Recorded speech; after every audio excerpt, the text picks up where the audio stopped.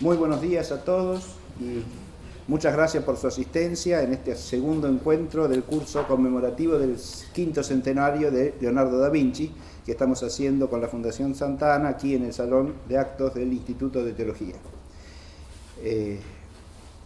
Hoy tenemos que ver tres temas. Primero, el profesor Goupil va a hablar de los escritos de Leonardo da Vinci. Este tema completa lo que nos presentó el profesor Mariano Lucas la clase pasada, que era la biografía de Leonardo. Y luego voy a hablar yo primero de la imagen de Leonardo y después del pensamiento de Leonardo, tratando de unir estos dos temas, ya veremos cómo. Como apertura del tema de los escritos de Leonardo, vamos a presentar simplemente para observar algunas imágenes de los manuscritos en que se contienen los escritos de Leonardo. Son todos manuscritos de mano suya. Aquí vemos uno entero con la cubierta que lo encuaderna, ¿sí?, de pergamino. El grueso son así, son de este tipo, y después hay hojas sueltas también en gran cantidad. Aquí tenemos otro ejemplar, otro, y luego hemos puesto nada más que algunas páginas para que se vea lo que encontramos en los manuscritos.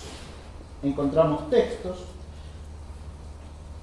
diseños, ¿no? Los textos y los diseños en general se acompañan, ¿sí? En general, no siempre, porque a veces las anotaciones no tienen nada que ver con lo que está dibujado, pero en general sí, ¿sí? Como allá o aquí. Y hay también bocetos de obras incluidos en los manuscritos, de pinturas, de trabajos arquitectónicos, de escultura. Gran parte de los manuscritos, yo diría un gran porcentaje de las hojas escritas, están dedicadas a los intereses mecánicos de Leonardo, como ustedes pueden ver aquí, ¿no? Diseños de máquinas de diverso tipo, con sus anotaciones correspondientes, pero hay también una buena parte que son bocetos, como decíamos, ¿no? Aquí ven también. Estos son dos páginas enfrentadas del célebre Códice Atlántico, del que va a hablar ahora Juan, ¿no?, que es una de las mayores colecciones de manuscritos, lo que se llama Códice Atlántico. Acá vemos un boceto para la Última Cena, ¿sí?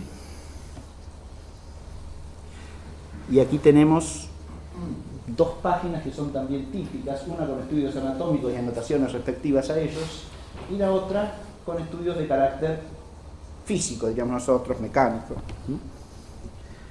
Muy bien. Los dejo con el profesor que nos va a ilustrar sobre los manuscritos. Muchas gracias. Gracias, profesor. Buen día. A mí me toca entonces hablarles un poco sobre la historia de los manuscritos de Leonardo, ¿sí? Sepan ustedes que en su larga vida Leonardo escribió innumerables cantidades de folios, papeles, lo que se conoce como códices, manuscritos, cuadernos, cuadernillos, ¿sí? Se habla de hasta 50.000 hojas, pero en realidad hoy se conservan solamente unas 13.000 aproximadamente, muy divididas en una serie de códices, ¿sí?, en distintos lugares. Y yo muy rápidamente, les voy a contar la historia de cómo se produjo esta dispersión de los manuscritos de Leonardo y los lugares donde se encuentran, ¿sí? A la muerte de Leonardo, ocurrida, como dijeron en la clase pasada, en 1519 en Amboise, Francia, Leonardo deja en su testamento todos sus manuscritos, sus pinturas, sus instrumentos de trabajo a su más fiel discípulo de ese momento, a Francesco Melzi o Melzo, ¿sí?, un joven alumno italiano de Milán, perteneciente a una noble familia milanesa, un poco venido a Mena, que su papá era senador de Milán y había sido capitán de la milicia milanesa al servicio del rey de Francia, Luis XII. Ustedes saben que los franceses habían conquistado el milanesado. Y este muchacho, aproximadamente a la edad de 14 años, ingresó en el taller de Leonardo y se hizo su más fiel discípulo, ¿sí? Dicen algunos, inclusive, llegó a desplazar a su otro antiguo gran discípulo, Falai, ¿sí? Salai, que era bastante un personaje un poco díscolo este Salai, ¿sí? Aparentemente, según Vasari, terminó muerto en un duelo, para que veamos el personaje que era Salai. Bien, y como les decía, Francesco Melzi recibió esta herencia y básicamente la intención de Leonardo era que Melzi publicara algo con los manuscritos. Pero Melzi, hay que decir, no publicó nada, ¿sí? Bien, él va a permanecer un par de años en Amboise, Francia, ¿sí? A la muerte de Leonardo, porque Francisco I, el rey de Francia, le había dado una importante suma de dinero. Pero luego regresó a Milán y con su regreso transporta todo el trabajo de Leonardo a Milán. Ahí tenemos concentrado todos los manuscritos de Leonardo en Milán. Y va a morir aproximadamente en 1570, 50 años después de su maestro. Y durante esa época, lo que va a hacer Melzi es estudiar los manuscritos y seleccionar, ¿sí?, aquellos que sirvan a su propósito. Él tiene el propósito de publicar un tratado sobre la pintura, ¿sí? Es el famoso Tratado de la Pintura de Leonardo da Vinci. Y en realidad, acá hay que aclarar algo importante, Leonardo no escribió ese tratado, escribió, vuelvo a repetir, constantes anotaciones sobre el tema a lo largo de toda su vida. El que compila toda esa información, abrevando en los manuscritos, es Melzi, ¿sí? Inclusive, él decía que tomaba las hojas y las revisaba y si servían para su propósito, les ponía un índice alfabético, ¿no? Y ahí de esa forma las ordenaba. Y si no servían, les colocaba una cita que decía no contiene tema de pintura, ¿sí? Como vemos, es toda una compilación hecha por Melzi. Esta obra que hace él la encuaderna y luego contrata un par de copistas para que copien a mano, ¿sí? Ya había imprenta, aclaro, ¿no? Pero hace copiar a mano la obra, el Tratado de la Pintura, y empieza a circular este tratado por distintas regiones de Italia, sobre todo por Roma. Tiene cierta difusión, pero no más que eso. Recién hay que esperar a mediados del siglo XVII, ¿sí? A mediados del siglo XVII, para que se publique por primera vez el Tratado de la Pintura, en 1651, en Francia, ¿sí? Pierre Trichet, ¿sí?, un abogado francés del Parlamento de la ciudad de Bordeaux, ¿sí?, va a publicar en Francia y en Italia tres libros en uno, ¿sí? El Tratado de la Pintura, y 2 libros de León Battista Alberti, un ensayo sobre la escultura y el tratado sobre la materia, ¿sí? Esa es la primera publicación de esta obra tan famosa de Leonardo. ¿Qué más podemos decir de Melzi? Melzi no buscó hacer dinero con la obra de Leonardo. No vendió los manuscritos, prácticamente no vendió pinturas. Se dice que a la muerte de Melzi se encuentra la Gioconda en su taller de pintura, ¿sí? Como vemos, no se dedicó a hacer dinero con esto. Pero se muere. Y aquí comienza el problema de la dispersión a la muerte del discípulo Melzi. Porque sus hijos, especialmente un tal Horacio, comienzan a tratar de ubicar y vender los manuscritos. Y acá entra en juego otro personaje, ¿sí? Un escultor italiano de la región de Arezzo, Pompeo Leoni, que se instala en Milán y tiene conocimiento de los manuscritos de Leonardo y se interesa por el tema. No los compra. Este Leoni es un buen escultor, de familia de escultores, su papá también es un gran escultor, se traslada a Madrid con toda su familia y ahí consigue ingresar como escultor a la familia real española. Empieza a trabajar para Felipe II, ni más ni menos, ¿sí?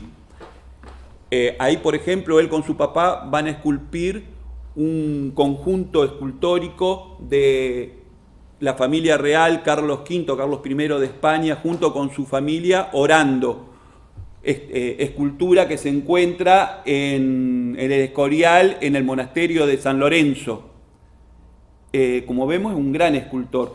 Y convence a Melzi y a otros de seguramente Horacio, de que a cambio de favores que él puede conseguir en la corte española del rey, que le entreguen los manuscritos. Y entonces, así tenemos el éxodo de los manuscritos de Milán a Madrid. Ahora Madrid se convierte en el lugar donde se encuentra la mayor conjunto de los manuscritos. Y acá nuestro nuevo personaje, Pompeo Leoni, empieza a meter mano en los manuscritos y a componer especies de libros con los manuscritos, ¿sí? He leído que esto hoy en día se lo critica mucho, hay muchos autores que lo critican lo que hizo Leoni, ¿no? Porque Leoni desarma todos los cuadernillos, ¿sí? Los cuadernos que tenían una cierta cronología y según los temas que quería él mostrar. Y entonces desarma todo y empieza a hacer libros con distintas hojas de las que él posee, ¿no? Mezclando todo. Acá se pierde la cronología de los dibujos y de los escritos de Leonardo. También, por ejemplo, él produce lo que se conoce como el Códice Atlanticus, ¿sí? El Código Atlántico, el Códice Atlántico, nombre que viene de las hojas de tipo Atlas, o sea, muy grandes que utiliza, porque empieza a pegar las hojas de Leonardo, que son mucho más chiquititas, sobre ese códice. ¿Y qué hace acá? elige las hojas, pero si él encuentra que una hoja está escrita de los dos lados, ¿sí?, según lo que tenga del otro lado, la pega completamente o no, y así se va perdiendo lo que está del otro lado. Y si le gusta lo que está en el anverso de la hoja, le pega una hoja de respaldo y le hace una ventana a esa hoja de respaldo en la parte de atrás y pega las puntas, ¿sí? Pero así se ha perdido mucha información en la construcción de este gran códice. Códice que posee, es el más grande de los códices leonardinos, que posee 401 hojas, ¿sí?, y de los más variados temas, ¿sí? Habla, en estos códices podemos encontrar una gran cantidad de materias, por ejemplo, de matemáticas, mecánica, astronomía, geografía física, química, anatomía, botánica, ¿sí? También en este códice están las reflexiones filosóficas de Leonardo, que están en forma de cuentos, ¿no? Y el Códice Atlanticus debe ser el códice más importante y famoso. Y este códice va a ser, a la muerte de Pompey, va a ser comprado por un italiano de Milán, el conde Galeano Arconati, ¿sí?, pero ya en el siglo XVII. Se lo compra al yerno de Pompey y lo lleva a Milán, junto con algunos otros papeles. Y en Milán lo va a terminar donando a la Biblioteca Ambrosiana de Milán, ¿sí? Actualmente ese códice se encuentra en ese lugar, pero tuvo algunas vicisitudes que ya vamos a ver. Dije que ya estamos en el siglo XVII. En el siglo XVII también los códices van a sufrir otra dispersión, porque empiezan a actuar personajes ingleses, ellos siempre tan interesados por la cultura superior, básicamente la italiana, y el conde de Arundel, Thomas Howard, va a ir a España, se va a enterar de los códices y va a comprar 2 códices en Madrid. El códice Arundel, que lleva su nombre, ¿sí?, y el códice Windsor, que es el segundo gran libro hecho por Leoni. El Windsor, por ejemplo, posee más de 600 dibujos de Leonardo, sobre todo dibujos de anatomía, de cuerpos humanos.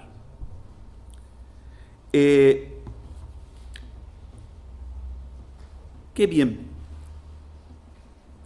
Los nombres Windsor y Arundel, bueno, Arundel, el códice Arundel viene del personaje que lo compró, y el códice Windsor porque se encuentra en el castillo de Windsor, en la biblioteca de dicho castillo, en la familia real británica, ¿sí? Una curiosidad del códice de Arundel es que posee un esquema para la construcción de un buzo, del sistema con el cual un hombre podía sumergirse en el agua. Son esos pensamientos de Leonardo, tan comunes en Leonardo, ¿sí? También hay otro grupo, 3 códices más que viajan a Inglaterra, que se los conoce como códices Forsters, porque Forster es el hombre que los adquirió, también en España. Acá no se sabe mucho de cómo llegaron, a quién los adquirió, cuándo se adquirieron, ¿sí? Recién se tiene noticia de esos códices en el año 1873, o sea, ya muy entrado el siglo XIX, ¿sí? Y fueron donados al Museo de la Reina Victoria y Alberto en Londres. Esto es especulación mía, simplemente especulación mía. Estos códices pudieron, acuérdense que Inglaterra mandó a principios del siglo XIX un ejército a España para pelear contra Napoleón. Y ese ejército hizo una gran cantidad de rapiña en España, ¿sí? Y pudieron haberlo comprado o algo más en España. Esto es una apreciación mía, ¿no? Simplemente un pensamiento. Pero hablando de rapiña, a fines del siglo XVIII tenemos la Revolución Francesa. Y como sabemos, la Revolución prendió fuego a Europa. Y en las guerras revolucionarias, un ejército francés invadió Italia, ¿sí? El norte de Italia, al mando de Napoleón, bajo el Directorio. Y en 1796 se encontraba este ejército en Milán. Y Napoleón tenía órdenes de rapiñar todo el arte y la cultura que encontrase en Italia para trasladarla a Francia, ¿sí? Por eso también que Francia tiene museos tan amplios, ¿no? Con tantas obras de arte universales. Y cuando, por supuesto, todos los códices de Milán marcharon a París, ¿sí? Entre ellos el Códice Atlanticus. Viene el Congreso de Viena, Napoleón es derrotado, la revolución es aplacada, ¿sí? Y el Códice Atlanticus regresa a Milán. No así los otros códices leonardinos que estaban en la Ambrosiana, que van a quedar en París y son los códices franceses, ¿sí? Que están en el Instituto de Francia, en París. Hablando del Instituto de Francia de París y de los códices franceses, hay un caso interesante y es el caso del robo de los mismos. Sufrieron un robo. A fines del siglo XIX, un italiano, un personaje especializado en libros italianos y en la historia de la ciencia, ¿sí? Tenía la idea de Libri, el conde de Libri tenía la idea de hacer una historia de la ciencia leonardina, ¿sí? Y consultando los códices en el Instituto de Francia, se robó los códices. En realidad dicen algunos que era un ladrón de libros raros, ¿sí? Y luego de robar los ciertos papeles, no robó todo, algunos papeles, huyó a Inglaterra. Y en Inglaterra los vendió a Lord Ashburnham, ¿sí? Por una buena suma de dinero. En Francia lo condenaron en rebeldía, porque nunca más regresó, obviamente, a 10 años de reclusión. Y luego Francia recuperó estos códigos, los compró, obviamente, y volvieron a París. Salvo un pequeño códice, el códice o libro del vuelo de los pájaros, ¿sí? Que fue donado a la biblioteca de Turín, ¿sí? Así tenemos vamos viendo cómo se van dispersando los códices por distintas capitales y grandes ciudades de Europa.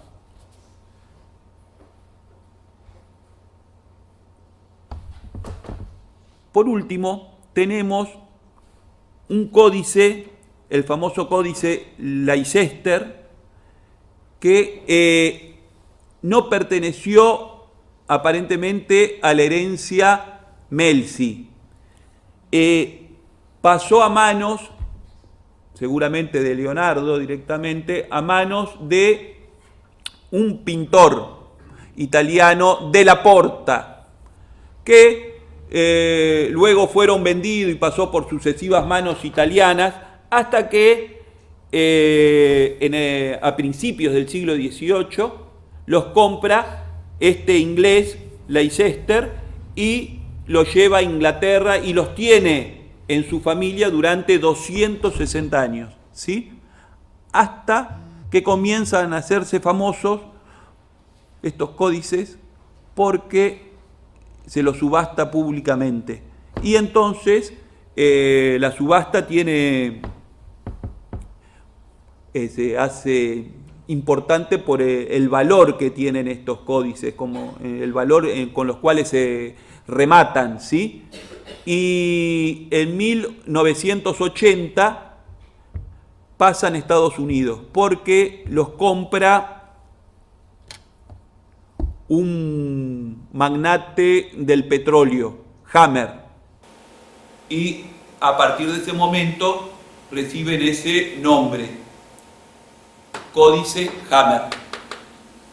Y la última venta fue en el año 1994, que los compra otro magnate, pero esta vez de la informática, Bill Gates, y están en su poder hasta el día de hoy. No le cambiaron el nombre, es el código Hammer en poder de Bill Gates. Y es el único códice, que están en poder privado, en manos privadas. ¿Sí? Bien.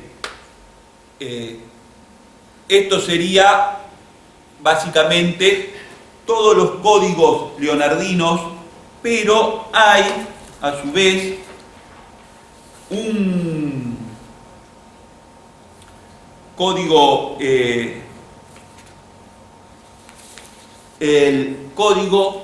un código que tampoco estuvo dando vuelta, sino es el código Tribulso, ¿sí? Un código que pasó de las manos directas de Pompeo Leoni a el conde de Tribulso, que lo conservó, lo donó al castillo de Sforza en Milán, ¿sí? Y básicamente con esto terminamos el recorrido por los códices leonardinos. Ahora los paso con el profesor para que continúe la conferencia.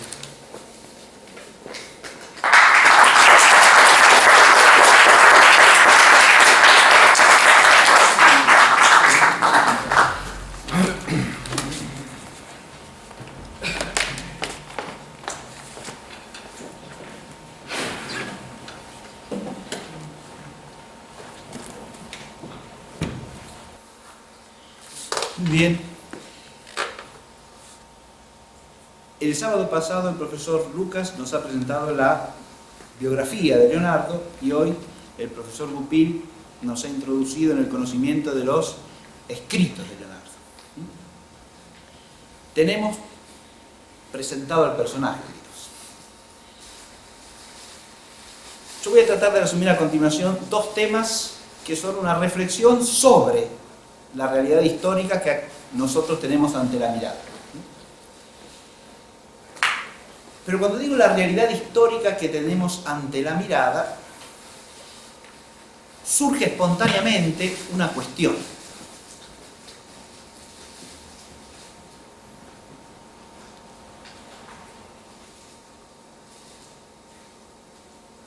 Porque tenemos diversas imágenes de Leonardo. Ese es un hecho. Si uno compulsa la bibliografía acerca de Leonardo da Vinci, se puede encontrar con representaciones sumamente dispares del personaje.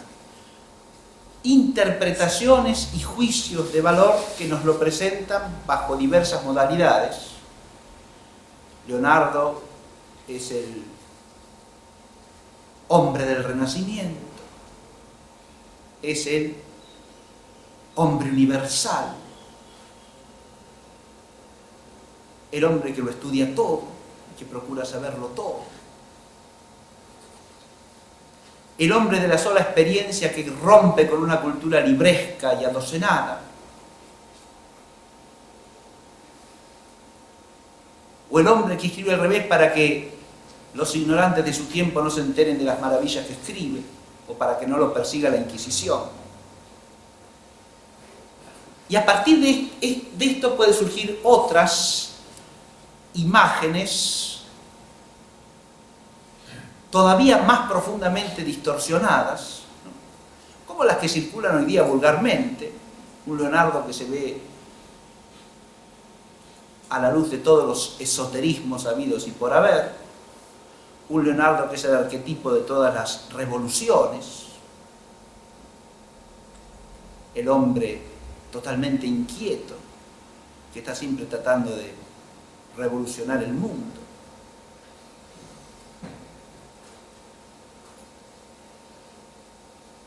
Este curso, de alguna manera, es un intento por purificar la memoria histórica y tratar de ver a Leonardo en su realidad, en la mayor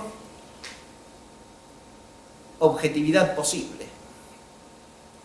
Pero para eso hay que desprenderse de toda una imaginería en torno a Leonardo. De entrada, hoy hemos visto una imagen de Leonardo y ahora puse otra, ¿no? La que vimos de entrada no es muy habitual. Esta, en cambio, es la que todos conocemos, ¿no? Pero fíjense, aún desde el punto de vista iconográfico, tenemos un problema.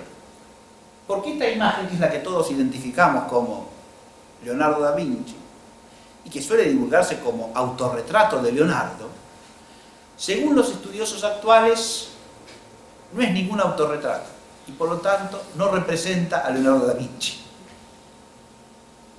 Probablemente sea la representación de un filósofo antiguo, quizá Pitágoras, pero no de Leonardo. Más aún, hay algunos especialistas que discuten si el dibujo es realmente de Leonardo o solo de su mano. Bien. Pero aunque sea auténtico, de lo que están prácticamente ciertos es de que no es un retrato, no es un autorretrato de Leonardo. Fíjense ustedes que, de nuevo, el estudio objetivo de las cosas va por un lado y la imagen que nosotros tenemos formada va por otro, ¿no? Esto lo tomé como símbolo de eso, nada más. Este es el retrato más antiguo que poseemos de Leonardo, probablemente. Es probablemente también, no con seguridad, pero probablemente obra de Francesco Melzi, del que hemos oído hablar recién. Lo primero que yo quiero abordar al hablar de la imagen de Leonardo es el desarrollo de su imagen a lo largo del tiempo en la memoria histórica. Es el primer punto que quiero presentar muy brevemente. Los primeros escritos que nos... Es decir, Leonardo cómo nos llega a nosotros y a través de lo que nos cuentan los que hablan de él. Tenemos una serie de textos, una cadena de textos que nos informan acerca de Leonardo. Empezando por los que podemos llamar los biógrafos antiguos, ¿no? Ahí tenemos a dos. El que está arriba, a la izquierda de ustedes, en realidad no es un biógrafo, sino que hace una pequeña semblanza de Leonardo en un escrito sobre los varones ilustres de Italia, ¿no? Y es un hombre llamado Paolo Giovio, que llegó a ser obispo. Y él ahí lo que hace es una brevísima semblanza de Leonardo como pintor ilustre. Nada más. Nos presenta a Leonardo con los datos biográficos elementales y hace un elogio de su excelencia como pintor. Luego tenemos a Giorgio Vasari. De Vasari nos ha hablado la clase pasada el profesor Lucas, porque es el primero que se ocupa ya un poco más ampliamente de la biografía de Leonardo. Pero ella empieza a forjarse una imagen de Leonardo porque Vasari se ocupa de Leonardo en una obra, que es la vida de los pintores ilustres, una extensa obra, en la que se ocupa de vidas de pintores, sobre todo de escultores también, algunos arquitectos, todos italianos, desde el siglo XIV hasta su siglo, que es el XVI, ¿no? Pero esa obra de Vasari, desde el punto de vista historiográfico, Vasari es un autor en el que se puede confiar básicamente, pero que tiene probados fallos, es decir, recoge noticias sin mucho discernimiento crítico, de fuentes diversas, e incluso él mismo, entre la primera y la segunda edición, se corrige en cosas que eran manifiestamente falsas. ¿Está claro?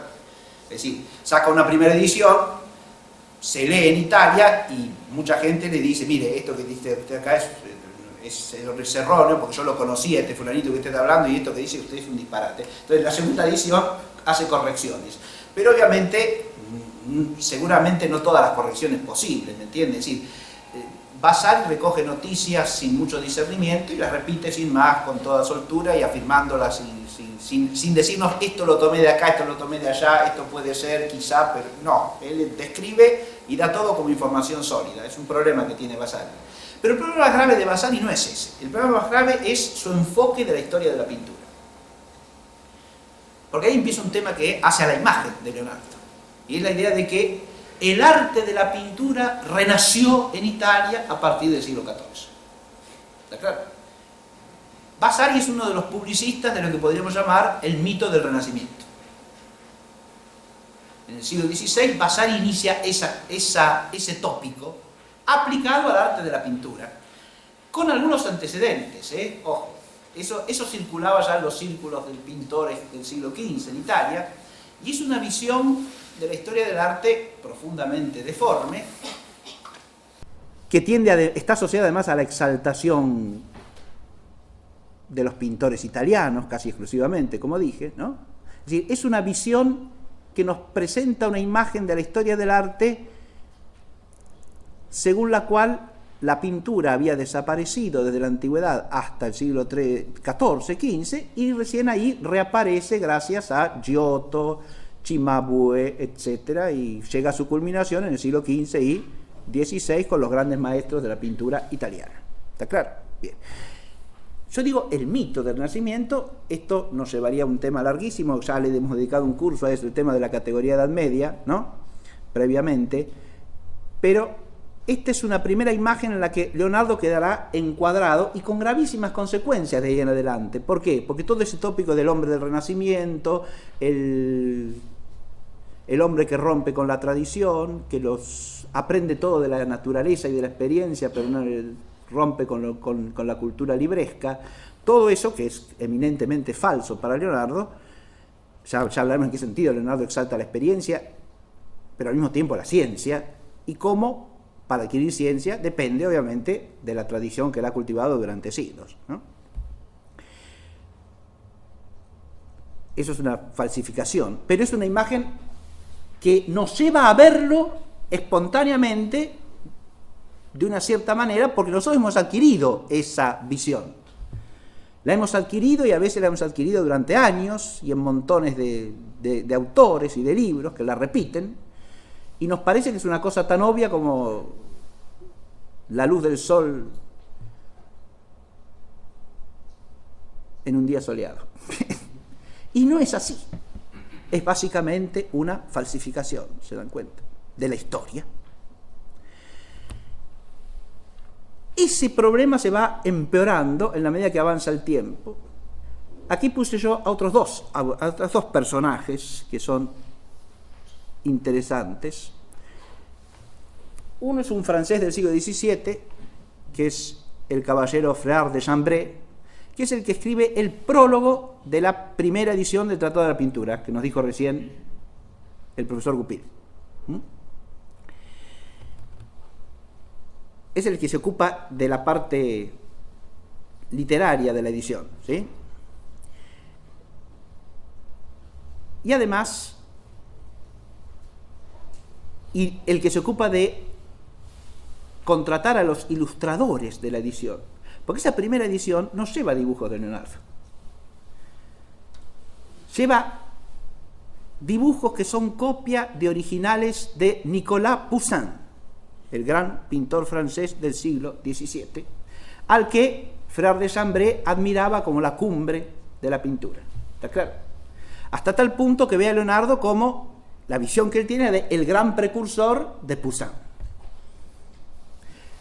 Este hombre ve el arte de la pintura desde la perspectiva de Vasari, desde la categoría de renacimiento del arte clásico. Pero entiende que el clasicismo llega a su plenitud no con los pintores italianos del siglo XV y XVI, sino recién con la pintura francesa del siglo XVII. Y especialmente con Poussin. De manera tal que, al visualizar a Leonardo desde allí, nos presenta no solo un Leonardo renacentista, sino que profundiza esa visión asociándolo al clasicismo, o sea, a la exaltación de la cultura clásica y del uso alegórico de los motivos paganos como base de la temática pictórica, cosa que objetivamente es muy difícil asociar a la obra de Leonardo, pero que sí está en Poussin.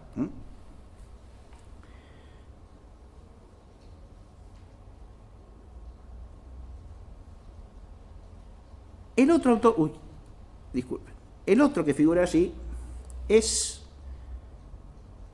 el célebre Winckelmann. Ahí ya pasamos, es un alemán del siglo XVIII, mediados del siglo XVIII. Winckelmann es un historiador del arte. Y en Winckelmann ya tenemos la visión no solo clasicista, sino iluminista de la historia del arte. Yo dije que para Poussin el arte tiene que ser inspirado en los clásicos siempre, lo mismo que para Frère de Chambray, pero los motivos clásicos se toman como alegorías de temas cristianos, ¿no? ¿Está claro? En cambio, para Winckelmann, la temática cristiana ha perecido, porque Winckelmann es un iluminista, y como iluminista que es anticristiano. Y ese renacer del arte, él lo transforma sin más en el renacer de la racionalidad, de la sociedad humana auténtica, de la vida política como debe ser, de la civilización frente al oscurantismo del cristianismo. ¿Está claro lo que digo, no? Ese tópico no está en los anteriores, no está en Vasari, no está en Frère de Chambray, pero sí aparece en el iluminismo del siglo XVIII. ¿Está claro? Ese ya es más el renacimiento que nosotros hemos recibido en los manuales de la escuela, ¿no? El renacimiento ante los ojos del iluminismo. O sea, el renacimiento viene a sacarnos de la oscuridad y de las tinieblas de la Edad Media, debidos a ¿qué? Esa oscuridad y esas tinieblas, a la fe cristiana. ¿Está claro? Ya con Winckelmann el clasicismo del arte se asocia ¿a qué? A la visión de una civilización que para ser tal, para ser propiamente humana y propiamente racional, tiene que ser no cristiana. Y uno lee a algunos autores que estudian los textos de Leonardo y uno se da cuenta que están hasta leyendo los textos a la luz de esto. Pongo como ejemplo una obra que es muy interesante y muy aprovechable en muchas cosas, que es Leonardo como filósofo de Karl Jaspers. Pero cuando Jaspers lee a Leonardo no puede desprenderse de esta imagen que acabo de bosquejar. Leonardo, si piensa en Dios, no puede pensar en el Dios cristiano, porque es un hombre de renacimiento. ¿Eso quién lo decreta? Lo decreta la imagen mitológica del renacimiento iluminista. ¿Está claro? Del renacimiento visto por el iluminismo.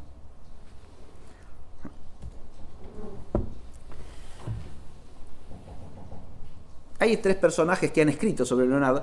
Fíjense que la bibliografía sobre Leonardo es inmensa, enorme. Hay dos repertorios bibliográficos extensos sobre lo que se ha escrito sobre Leonardo. Uno lo compuso un italiano de los años 30, de la época de Mussolini, que era también un fervoroso fascista. El primer catálogo completo que hay de los escritos de Leonardo desde el siglo XVI hasta comienzos del siglo XX.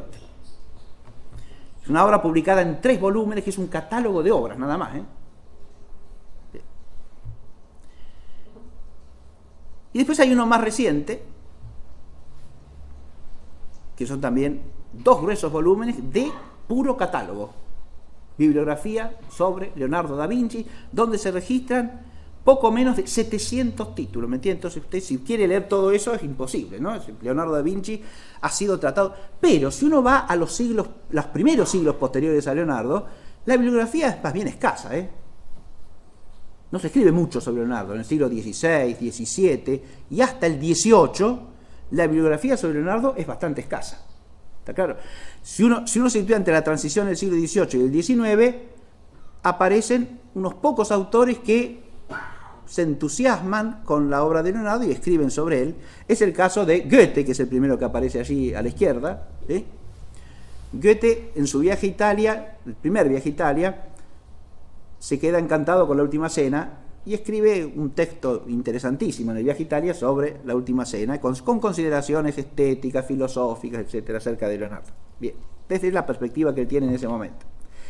Pero más importantes son los otros 2 personajes para la imagen que se forja de Leonardo. Uno es Heinrich, o Henry, como se lo llamó en realidad, como se lo conoce en general, Fuseli, que es un suizo que se radicó en Inglaterra y que perteneció al círculo de los escritores y artistas románticos ingleses de principios del siglo XIX. Ahí aparece otro tópico sobre en este autor que se ocupa de ese es un pintor, este dentro del círculo es el pintor por excelencia, ¿sí? Henry Fuseli. Cuando digo el círculo romántico inglés literario y artístico de principios del siglo XIX, entiéndase que estoy hablando de figuras como Lord Byron, Shelley, la esposa de Shelley, ¿sí? Mary Godwin, el padre de ella, Godwin, que es uno de los primeros grandes materialistas ateos ingleses.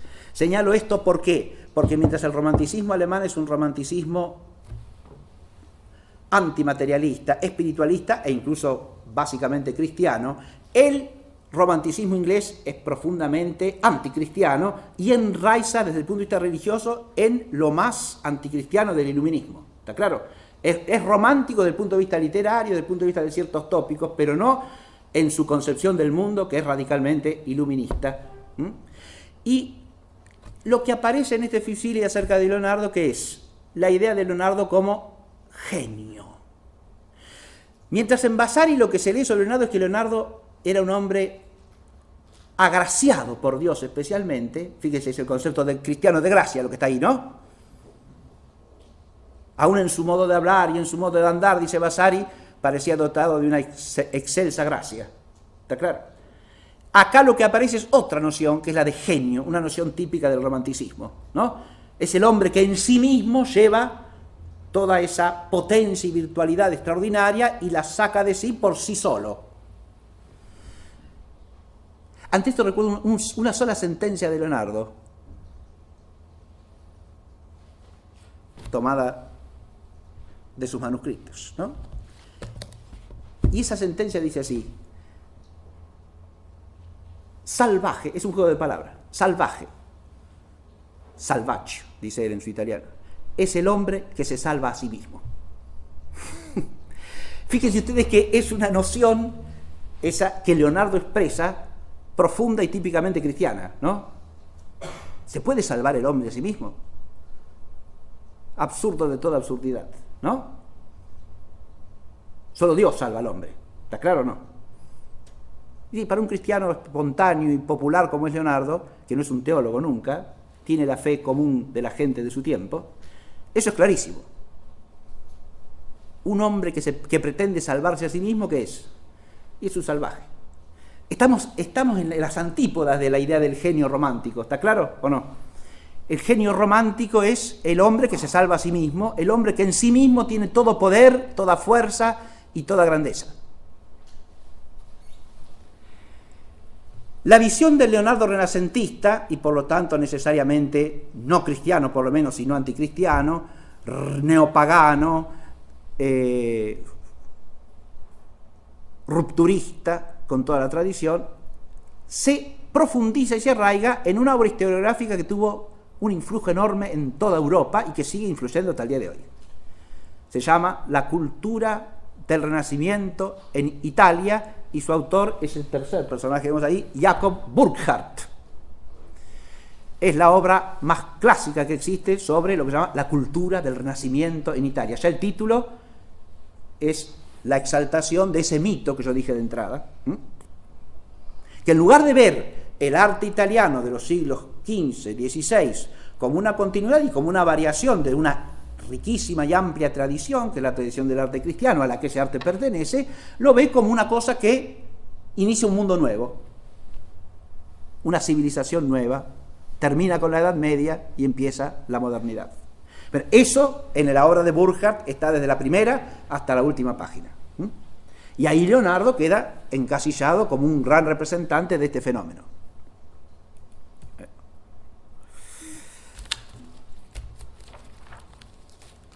Herederos de toda esta visión son dos literatos que han escrito sobre Leonardo en el siglo XX. No me voy a detener a comentar sus textos, pero se los menciono para que ustedes los busquen si tienen interés.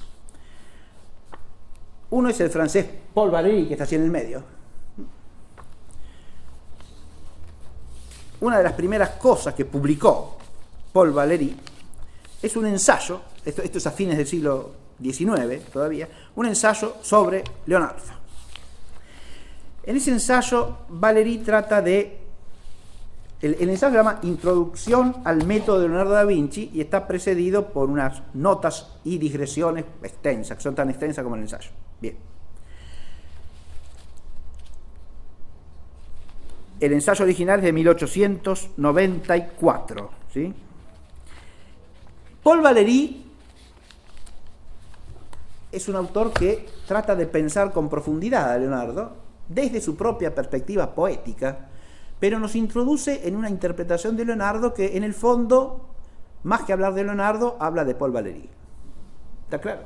Es decir, Leonardo, lo que hace Paul Valéry es tratar de ver en Leonardo sus propias inquietudes, ¿no? Su propia problemática, y entonces nos presenta un pensamiento de Leonardo que está visto con profundidad, ciertamente, porque Valéry no es un autor superficial, ni su poesía es superficial tampoco, pero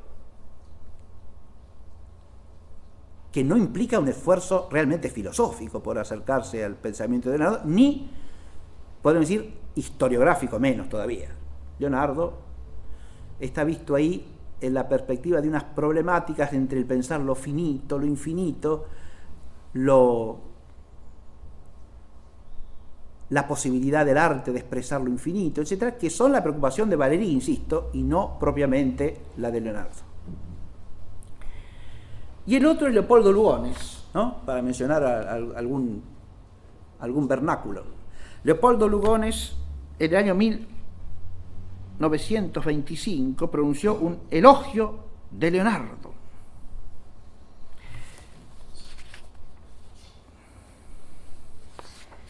El Leonardo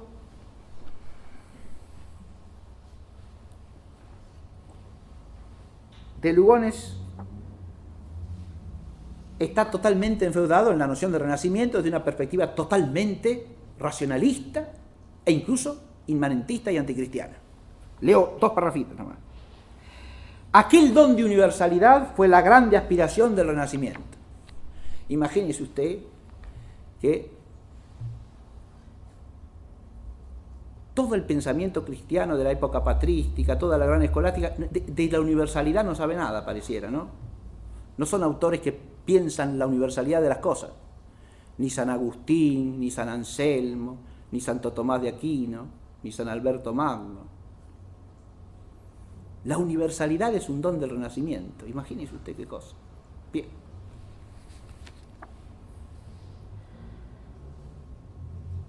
Pero esta resurrección pagana, este Renacimiento es una resurrección pagana, fíjense lo que dice este hombre, ¿no? No podía concebirlo de igual modo que el cristianismo medieval al cual Leonardo históricamente pertenecía. Claro, él históricamente dice pertenecía, pero no pertenecía, porque él tiene que ser otra cosa, ¿no? Pertenecía al cristianismo medieval históricamente, claro, sí, porque vivía todavía en una época, pero representaba otra cosa. Es el adelantado de otro mundo. Ahí está el otro tópico. Leonardo, el adelantado en todo, es el genio creador que en el que empieza todo, aún lo que todavía faltaba 2 o 3 siglos para que llegase, ¿no? El Leonardo inventor de todo, desde la servilleta y el tenedor hasta el helicóptero, todo. Bien.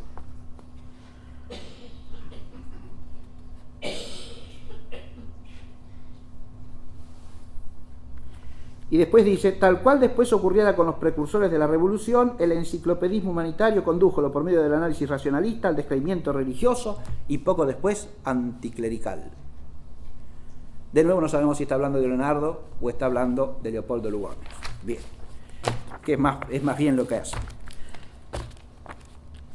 Cuando uno se encuentra con todo este mundo de imágenes acerca de Leonardo en la literatura, ¿no?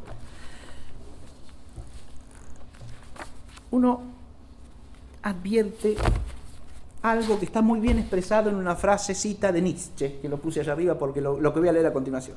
Aquel es Federico Nietzsche, ¿no? Nietzsche, dentro del pensamiento inmanentista de los siglos que van del siglo XVIII al XX, el XXI, tiene una gran virtud. Y es que Nietzsche explicita lo que en otros está solamente implícito. Y lo que quiero leer es un pasaje que dice así: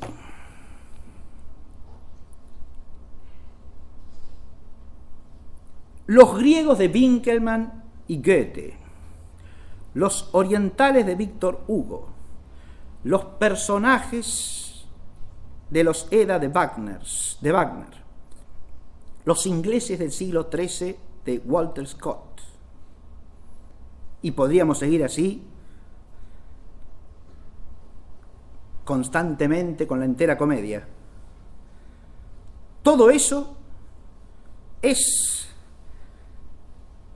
fuera de toda medida, históricamente falso.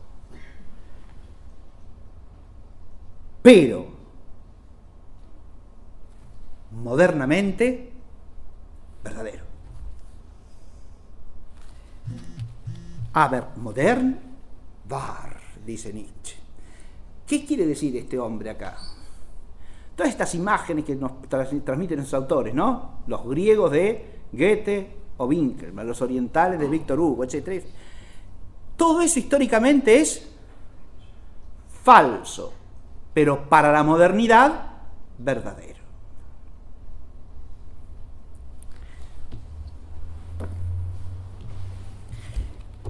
Y está bien que sea así para Nietzsche, ¿eh? Porque para Nietzsche no hay verdad objetiva de ninguna clase en nada de nada. No hay ni ser, ni naturaleza, ni historia. ¿Está claro? Hay nada más que perspectivas. El pensamiento nietzscheano es un perspectivismo radical. ¿Qué es la perspectiva? La visión del mundo que tienen los hombres. ¿Está claro? Y no hay mundo sino así. Lo único que existe es eso. Una visión que tenemos los hombres de las cosas. No existen las cosas, no existe el ser de las cosas. ¿Está claro? El hombre es la medida de todas las cosas. De Protágoras retorna acá con énfasis virulento. Y es con énfasis virulento porque con ello Nietzsche quiere afirmar que el hombre no le debe nada a nadie y que es su propio creador. ¿Está claro? Su propio hacedor. Pero esto que dice acá Nietzsche me lleva a leer un fragmento de Leonardo que dice así. Y para Nietzsche, el hombre creador, que es el hombre superior, el que crea la cultura, es el que establece la perspectiva. ¿Está claro? Y mientras la perspectiva venga del hombre superior, es perfectamente aceptable. Y hay que proclamarla verdadera, aunque sea históricamente falsa, ¿no? Leonardo dice esto.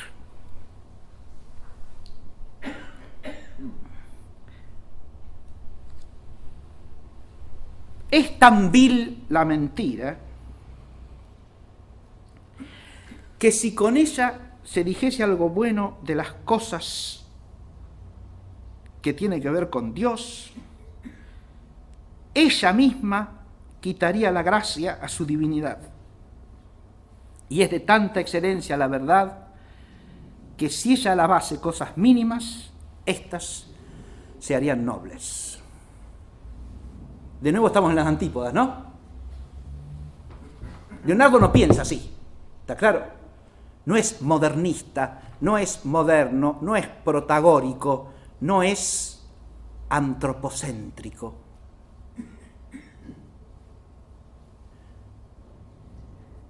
La mentira, aunque sea en elogio de algo que debe ser elogiado, es vil, está diciendo, ¿no? La verdad, aún de la cosa mínima, es tan noble que la ennoblece. Esto recordemos para cuando él trata de cosas que son pequeñas, y uno puede decir hasta ontológicamente viles, ¿no? Demorarse horas y horas en estudiar cadáveres, por ejemplo, ¿no? Eso ya lo dicen los biógrafos antiguos, ¿no? Que no le hacía asco a pasar horas y horas con Marcantonio de la Torre estudiando cadáveres, ¿verdad? Pero, ahí de nuevo, fíjense, con un hombre que era profesor de anatomía y lo guiaba en los estudios anatómicos, ¿no? No que él por sí solo descubría todo. Ni pretendía hacerlo tampoco. Pero este tema de la imagen de Leonardo quiero completarlo con un enfoque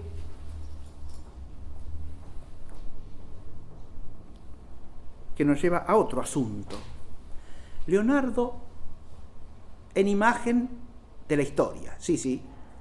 Ahí, como dije, lo importante es procurar purificar la memoria histórica, ¿no? Ahí el saber histórico cultivado con rigor es la única vía que tenemos para desprendernos de esos prejuicios, esas falsificaciones, esas imágenes distorsionantes que nos alejan del personaje real y nos impiden verlo, entenderlo, comprenderlo con un mínimo de objetividad.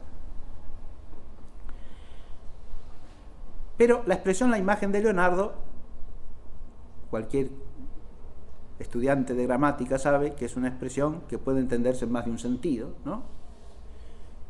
Porque la imagen de Leonardo puede decir la imagen que tenemos nosotros de Leonardo, o la imagen de Leonardo puede significar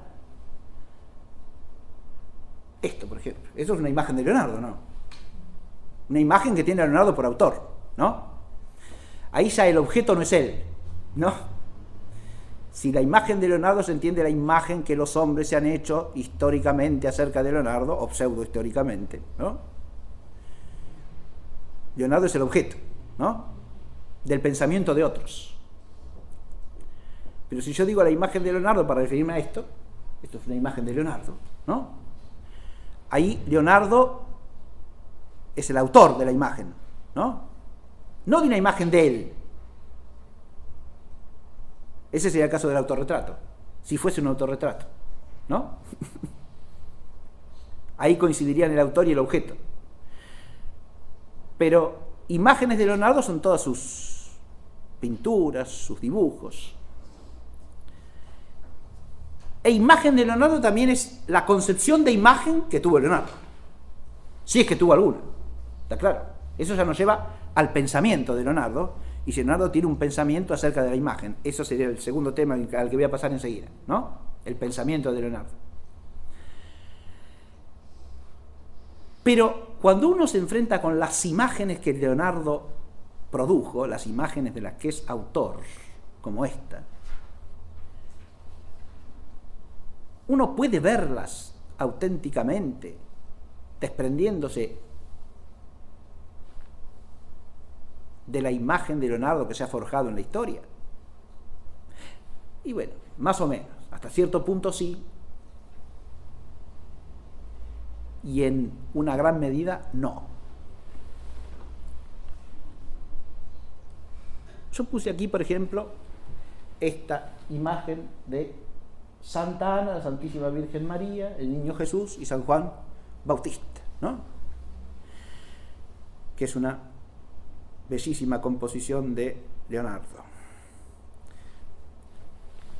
Pero uno de los aspectos en que hay que corregir en gran medida la aproximación más común y más usual a las imágenes de Leonardo, las que él ha hecho, es desprenderlas de la tradición a la que pertenece.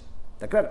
Cosa que es fácil hacer si uno parte de Leonardo, que lo empieza todo por sí solo, ¿no? El Leonardo revolucionario, el Leonardo rupturista. Pero las imágenes de Leonardo no son así. En esta imagen, el esquema compositivo, ¿cuál es? Que la Virgen está sentada sobre Santa Ana y tiene encima suyo al niño, ¿o no? Bien. Pero eso en realidad no es un invento de Leonardo. Si ustedes se fijan en aquella escultura, que es una escultura española del siglo XIV, la que está allá a la izquierda, ¿sí? Representa a Santa Ana con la Virgen y el niño. ¿Y cuál es la estructura compositiva? Santa Ana, la Virgen sentada en su regazo y el niño en brazos de la Virgen, ¿o no? ¿Está claro? ¿Es una estructura compositiva cómo entonces? ¿Que se le ocurrió a Leonardo da Vinci? No, señor, es una imagen tradicional. ¿Se ve? Es un tipo de imagen de culto de Santa Ana. Santa Ana es la madre de la Santísima Virgen, que es la madre de Dios, ¿no? Ahí está el misterio de Santa Ana. Y ahí está el vínculo de Santa Ana con el misterio cristiano, ¿o no? O sea, la imagen tiene una fuerza enorme, porque no nos presenta a Santa Ana sola, nos presenta a Santa Ana por su vínculo con el misterio, porque Santa Ana es la madre de la Santísima Virgen, que es la madre de Jesucristo, verdadero Dios y verdadero hombre. ¿Está claro? En la imagen del centro tenemos una variante de eso, ¿no? Porque Santa Ana tiene en sus brazos a ambos, a la hija y al nieto, ¿no? A la Santísima Virgen y a nuestro Señor Jesucristo. Bien. Pero es el tipo primero el que sigue Leonardo. Pero quería saber una cosa que tiene que ver con ver la imagen. Fíjense, porque las imágenes, y eso sí hacia el concepto que tiene Leonardo de imagen, son para decir algo. La imagen es significativa.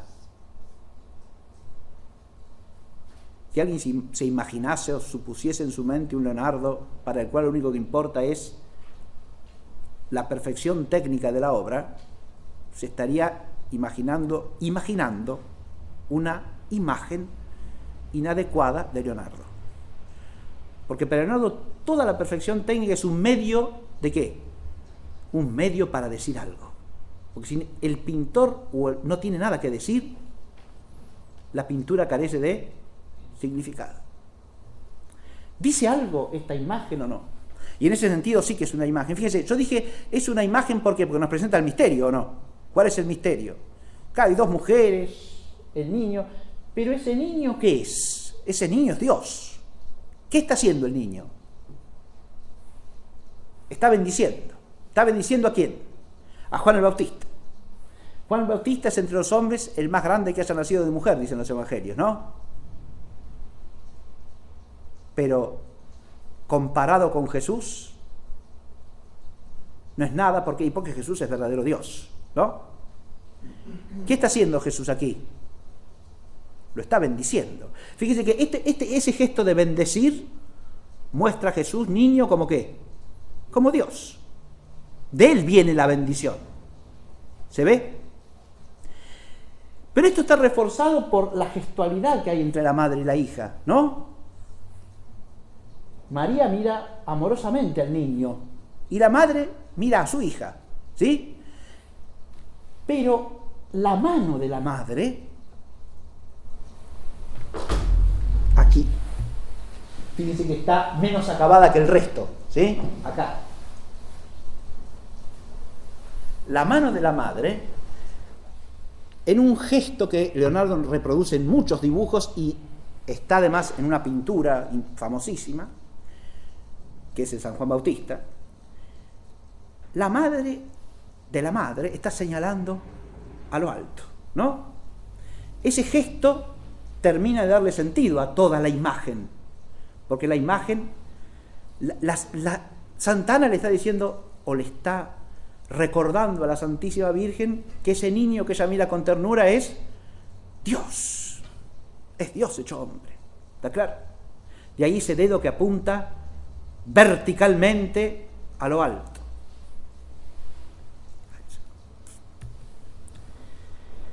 Esta imagen la paso por alto, la explicaremos en otra clase si Dios quiere. Esto es la adoración de los magos de Leonardo. Pero de nuevo, acá quería decir otra cosa. A Leonardo hay que insertarlo en la tradición para leer sus imágenes. Parte de esa tradición es, y eso es una característica típica de la literatura, de las artes, todas del siglo XV, y en parte también del XVI y el XVII, es el alegorismo.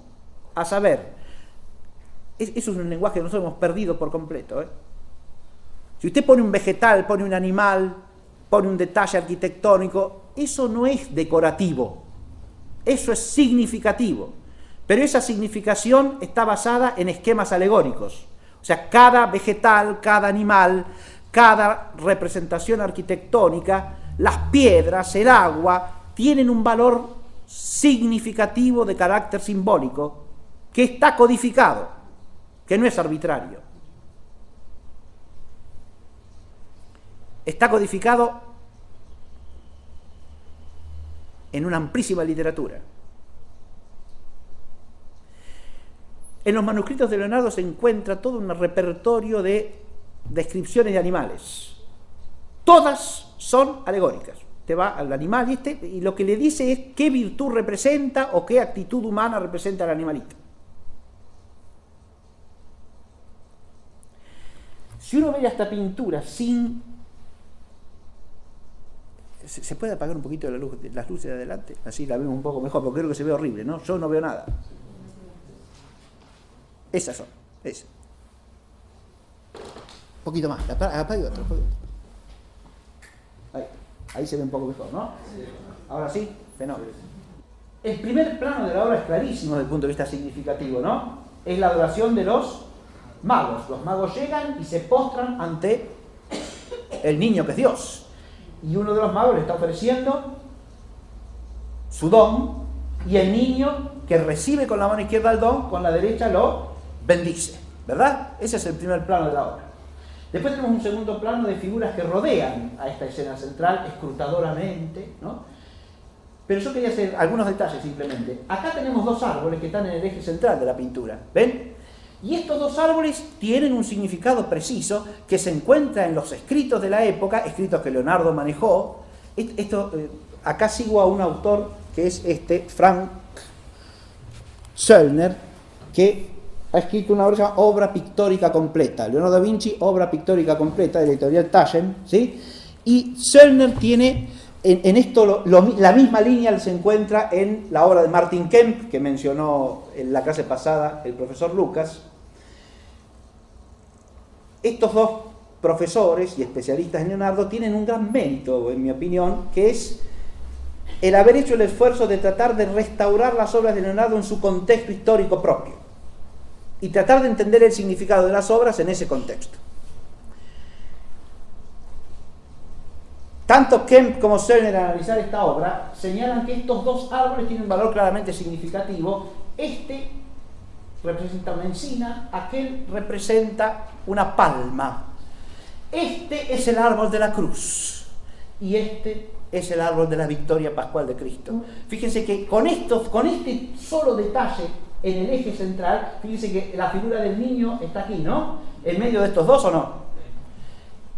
Este árbol y este árbol, la cruz y la resurrección, están enmarcando la figura del niño. ¿Se ve? Bien. Las ruinas antiguas que están en el fondo obedecen a un tópico que está en muchas adoraciones de los magos del siglo XV, y es que cuando llega el niño, perece el paganismo, o sea, el paganismo se derrumba porque llega la salvación para los hombres. ¿Está claro? Llega el tiempo de la salvación y el mundo pagano como mundo idolátrico se derrumba. Imagínense ustedes qué idea. Uno puede pensar esa idea si tiene la imagen de Leonardo, hombre del Renacimiento. Pregunto.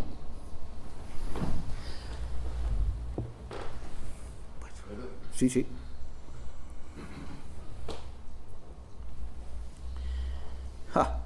Bueno, en esta pintura, que es la primera versión de la Virgen de las Rocas, que es la que está en el Louvre hoy día, yo quería señalar simplemente un detalle, porque este carácter profundamente simbólico que tienen las pinturas de Leonardo y que hacen al concepto de Leonardo, que Leonardo tiene de la imagen, ¿sí? En esta obra se plasma de un modo admirable, pero que sea muy complejo estudiar y extenso, ¿no? En la obra de Kempe encuentran ustedes una explicación larga y muy profunda de esta obra, y cómo tanto las rocas como el agua que se representa en el fondo están asociados con imágenes de la Santísima Virgen, y sobre todo con los comentarios franciscanos al Cantar de los Cantares en la Italia del siglo XV. Bien, porque lo que se le encarga es una Inmaculada Concepción. Pero acá sí que le ha dado a la Inmaculada un giro completamente original, porque nos presenta a la Santísima Virgen, al niño Jesús, a San Juan Bautista y un ángel. Uno ve eso y ¿qué significa esto? ¿Qué es eso? Pero si uno sabe leer esto como imagen, uno puede empezar a desentrañar qué es eso. Este es el bautismo de Jesús del Verrocchio, ¿no? Lo vimos la clase pasada, lo mostró el profesor Lucas. Acá Leonardo pintó este acto, ¿sí? La composición del Verrocchio es un bautismo típico. El bautista está derramando agua sobre nuestro Señor Jesucristo. Acá se ve la figura de Cristo. Acá el Espíritu Santo que desciende en forma de paloma, y por encima las manos del Padre que representan la voz del Padre que se oye, ¿no? Bien. Volvamos a Leonardo. Y si ustedes observan con atención, ¿por qué no puso al Bautista acá? ¿Qué tiene que ver el Bautista? ¿El Bautista está recibiendo la bendición de Cristo o no? Fíjense que acá hay una asociación profunda entre el misterio de la Concepción Inmaculada de María, que él tenía que representar, y el misterio de Jesucristo. ¿Por qué? Hay una cosa llamativa acá. ¿Jesucristo está en un plano inferior al Bautista o no? En la figura. ¿No debiera ser al revés?, se preguntaría uno. Pero cualquiera que conozca el relato del bautismo del Señor en el Evangelio de San Mateo entiende lo que está poniendo en imagen Leonardo. Si ustedes recuerdan, el bautismo del Señor aparece en los 4 evangelistas, ¿sí? Está el relato de los 3 sinópticos, y San Juan nos da una visión peculiar, distinta, complementaria de lo que relatan los sinópticos. No voy a entrar en eso, es un problema de estudio exegético. Pero el texto de Mateo, ¿qué es lo que tiene de peculiar? Que cuando el Señor se acerca para que el Bautista lo bautice, el Bautista le dice: yo bautizarse a ti de ninguna manera. Más bien tú tienes que bautizarme a mí. ¿Está claro?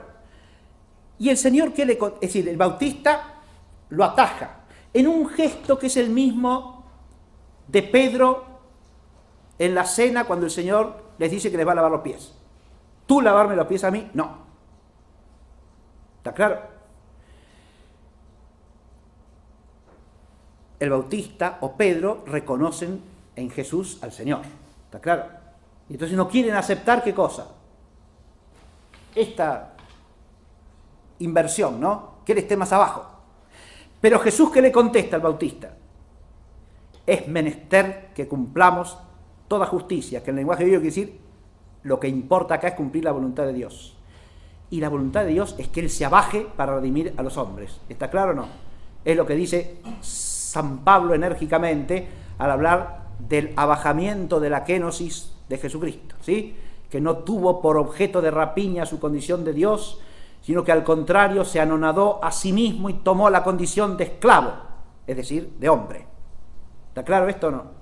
Si uno no entiende todo esto, si uno tiene todo esto en la mente o en el espíritu, ¿qué ve ahí? Y no ve nada. Porque lo que está diciendo acá la imagen de Leonardo es eso. El Señor viene más abajo, pero ¿quién bendice a quién? El Señor al Bautista. ¿Y quién adora a quién? El Bautista al Señor. ¿Se advierte o no? La imagen es clarísima. El Señor se ha bajado, ¿no? Pero Él es el Señor. Y el Bautista es un hombre que lo adora, ¿no? Que está de rodillas delante de Él y con las manos unidas en adoración. ¿Se ve o no se ve? Y recibe la bendición que viene del que está más abajo, ¿o no? Pero además, en este eje, fíjense ustedes, aquí, si uno estudia bien la imagen, uno ve una reproducción de algo que está aquí, miren. Perdón, acá. Esto. ¿Se ve?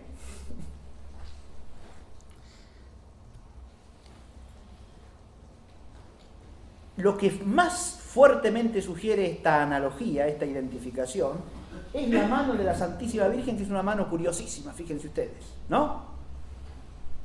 Y es una mano que asemeja el vuelo de la paloma, ¿se ve?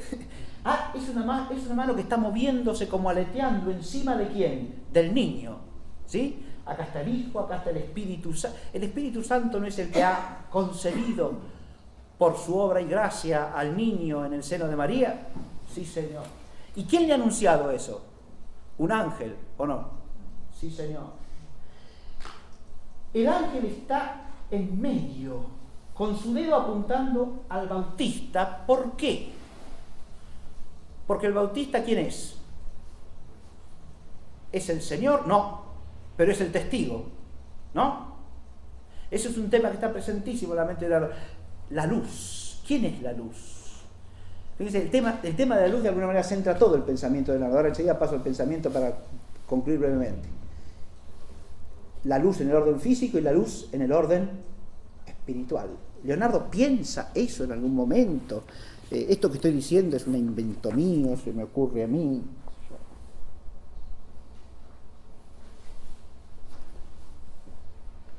O es algo que está en Leonardo.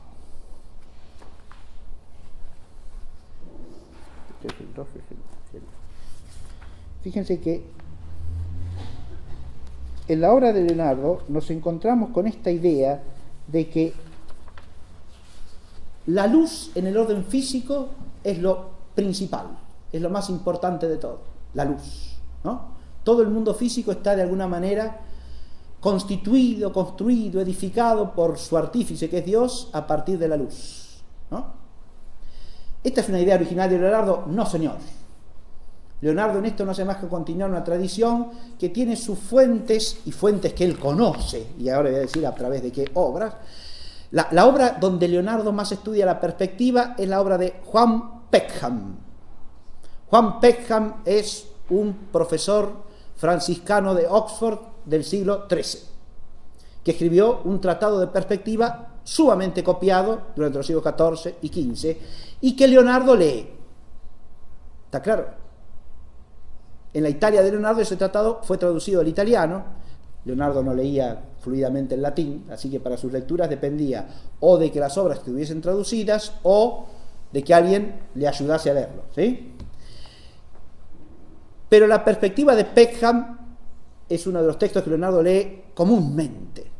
Y Peckham deriva de una visión de la física que tiene su origen en las primeras décadas de la Universidad de Oxford, en la primera mitad del siglo XIII, y que es inaugurada por el gran teólogo y filósofo Roberto Grosseteste, o Grosseteste si quiere. Bien, Roberto Grosseteste desarrolla lo que suele llamarse la física de la luz, ¿no?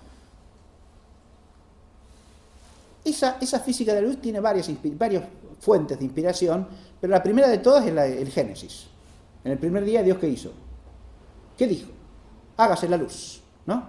De modo que, partiendo de ahí, Roberto Grosseteste sostiene que la primera obra del mundo físico es la luz, y que todo el mundo físico está estructurado a partir del punto inicial en que Dios crea la luz y de la difusión de la luz en la esfera del mundo.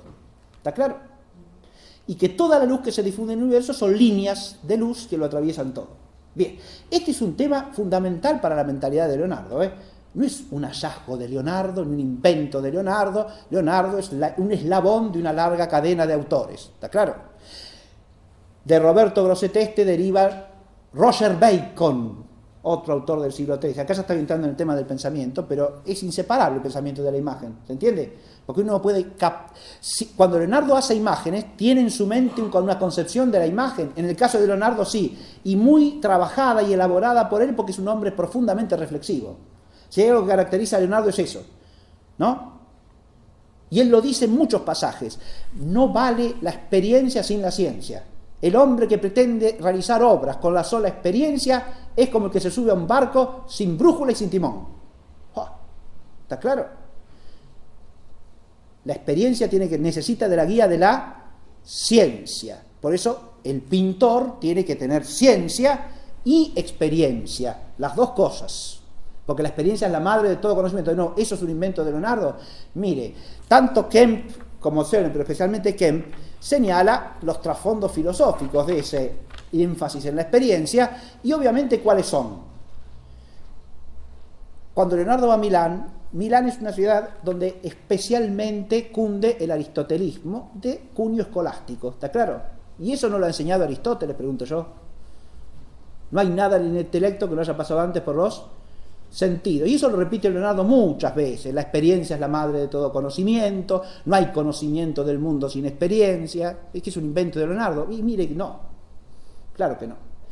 Es algo ajeno a la escolástica. Y no, ¿qué es lo que hace Santo Tomás o lo que hace San Alberto sino recoger este principio de Santo Tomás y aplicarlo a toda la esfera del conocimiento humano? Pero Leonardo no es un empirista irracionalista o un empirista meramente sensista, porque la sola experiencia, insisto, para Leonardo es ceguera. ¿Está claro? Es como subirse a un barco sin brújula y sin timón, mijo, y va para cualquier lado, ¿no? La que tiene que guiar es la razón, la que tiene que guiar es la inteligencia, y una inteligencia formada en el conocimiento de los principios de las cosas. Y ahí de nuevo el concepto de ciencia de Leonardo es fundamentalmente clásico. ¿Qué es la ciencia? Es conocer los principios de las cosas. ¿Qué le interesa a él? Toda ciencia, de nuevo, eso es el mito del hombre universal, es absurdo. Si hay un hombre monotemático, es Leonardo da Vinci. ¿En qué sentido? En que todo lo que piensa, todo lo que reflexiona, todo lo que escribe es al servicio del arte de la pintura. Él es un pintor. Entonces, ¿qué investiga? Investiga lo que tiene que ver con el arte de la pintura. ¿Cómo concibe la naturaleza? En función del arte de la pintura y en función de su concepto de lo que debe hacer el pintor y de lo que es una imagen pintada. De lo que debe ser la imagen. Pues en el núcleo del pensamiento de Leonardo está el concepto de imagen. Esto es lo que quiero destacar, ¿no? Pero advierte que la imagen no es una mera reproducción especular de la realidad. No, señor. Por eso la imagen en última instancia tiene que ver con cómo la imagen nos lleva a la luz. Hay un fragmento de Leonardo donde él habla del tema de la perspectiva. La perspectiva en última instancia es una ciencia que se basa en la óptica, ¿sí? Y la óptica es el estudio de la luz, ¿está claro? ¿O no? Y de la visión que la luz permite. Pero en ese fragmento Leonardo invoca a Dios como la luz que es fuente de toda luz. Y eso es lo que yo quería recordar en relación con esto que está acá. Fíjense ustedes que las sombras y las luces las maneja Leonardo siempre con valor significativo. Ese es otro tema, ¿no? Si uno no entra acá en este mundo, fíjense que la luz que viene del fondo, y la luz acá en el primer plano, la figura más luminosa es claramente la del niño. Fíjense que acá señala ya, porque este es el testigo de la luz, no es la luz, pero el ángel lo apunta, porque si lo miramos a ¿a dónde venimos? Y acá, ¿no? El dedo del ángel apunta al Bautista. El Bautista representa acá a los hombres, ¿o no? Y claro, este es Dios, estos son los hombres, esta es la Madre de Dios. ¿Y la Santísima Virgen qué hace? Tiene su mano sobre la espalda del Bautista y lo acompaña con su gesto a que adore al niño, ¿no? Ahí está la mediación de María, ¿o no? Es lo que María debe hacer, llevarnos a Cristo, ¿o no? Pero en este eje, acá está el Espíritu Santo, acá está el Hijo. ¿Y dónde está el Padre? Podría uno decir, porque quedaría incompleto el esquema, ¿no? Si yo vuelvo al bautismo, ¿no? Perdón. Encima del Espíritu y del Hijo está el Padre, ¿o no? El Espíritu desciende en forma de paloma. Y parece que Leonardo no nos representó al Padre acá, ¿no? En realidad, el Espíritu está sugerido por la mano de la Virgen, dije, ¿no? ¿Y dónde está el Padre? El tercer elemento de esta Trinidad sería la mano del ángel. Claro, pero eso representa al Padre. Esta mano apunta al hombre, ¿no? Que ha sido redimido por Cristo. Pero en el eje donde está el ángel encontramos al fondo una roca solitaria envuelta en luz, ¿o no? Esto también lo tomo de Martin Kemp y a mí me parece sumamente interesante la sugestión que él hace, porque el salmista dice que Dios es su roca y su salvación, ¿o no? Dios es mi roca y mi salvación. La representación del misterio de la Trinidad por tres rocas de la misma altura y del misterio de la encarnación, o sea, de la doble naturaleza del Señor Jesucristo por dos rocas de distinta altura, es típica en la iconografía bizantina. ¿Está claro lo que dije? De nuevo, no es cualquier cosa esto. ¿El ángel es un enviado de quién? De Dios. ¿Dios en sí mismo es visible o es invisible? Es invisible, ¿o no? Las representaciones simbólicas de el Padre rompen con el misterio de Dios. Si ustedes hace años, en el año 2007, ¿no? Hicimos un curso que se llamó Historia y Teología de la Imagen, ¿verdad? Una de las cosas que abordamos en ese curso fue las definiciones del Concilio II de Nicea, ¿no? El Concilio II de Nicea dice que cabe hacer imágenes ¿de quién? De nuestro Señor Jesucristo, de su Santísima Madre, de los ángeles y de los santos, pero nunca de Dios en sí mismo. Puede haber representaciones simbólicas de Dios en sí mismo, pero jamás imagen, porque Dios es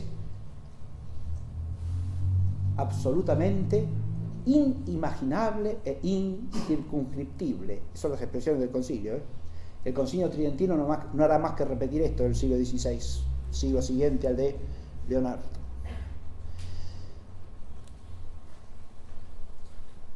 Dios se nos manifiesta a través de sus ángeles, ¿o no? Y a través de su Hijo. En ellos se nos hace visible de alguna manera. Eso es lo que dice el concilio, ¿eh? No estoy de nuevo inventando nada, ¿eh? Pero la paternidad divina, en cambio, es inimaginable. No hay imagen de ella. Por eso solamente se la puede sugerir de manera simbólica, fíjense ustedes. Y la roca que está por encima nos habla de la paternidad divina. Claro que sí. En la imagen. Si uno lee esto como imagen, no como una pinturita muy bien hecha. ¿Se advierte? Si uno cuando se acerca a las obras de Leonardo no ve más que una pintura admirablemente realizada, se queda en la obra, pero sin verla realmente, y sobre todo sin verla según la idea de Leonardo. Porque la idea de Leonardo no es que uno, al ver la obra, se quede admirado por la obra, supongo, ¿no? Sería pensar en un Leonardo centrado en sí mismo, eso. Y no parece que sea así. Un hombre que se la pasa investigando, estudiando, buscando los principios de las cosas, las razones de su propio arte, ¿no? Como él dice, la verdad es lo más noble que hay, ¿no? Y la función de la imagen es transmitirnos alguna luz, para llevarnos a la luz.